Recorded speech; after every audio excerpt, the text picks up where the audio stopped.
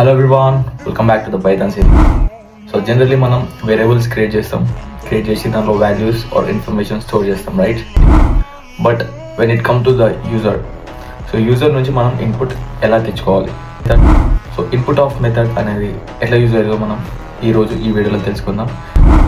So generally మనం variables create చేసిన తర్వాత వాల్యూస్ ప్లేస్లో మనం ఇన్పుట్ ఆఫ్ అనే మెథడ్ యూజ్ చేస్తే మనం యూజర్ నుంచి వెళ్ళి ఇన్పుట్ అనేది తీసుకోవచ్చు.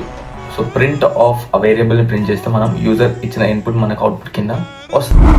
సో మరి ఇక్కడ పైన స్క్రీన్ పైన చూస్తే సో ఇట్లా మనం ఇన్పుట్ ఆఫ్ అనే మెథడ్ యూజ్ చేస్తాం యూజర్ నుంచి వెళ్ళి ఇన్పుట్ తెచ్చుకోవడానికి, right?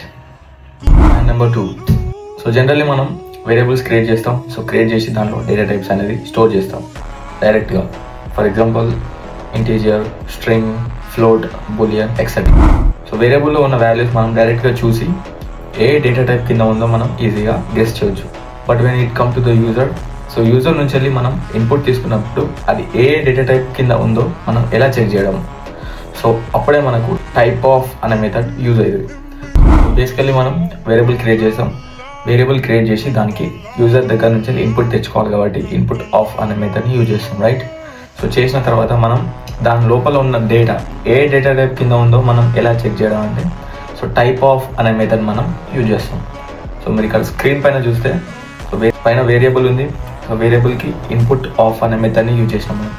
So print of type of variable అని ప్రింట్ చేసినప్పుడు మనకు ఆ యూజర్ ఇచ్చిన ఇన్పుట్ మనకు ఏ డేటా టైప్ కింద ఉందో మనం ఈజీగా గెస్ చేయొచ్చు, right? So this is the topic for today. If you need Python related content, then don't forget to follow me. See you in the next video. Bye.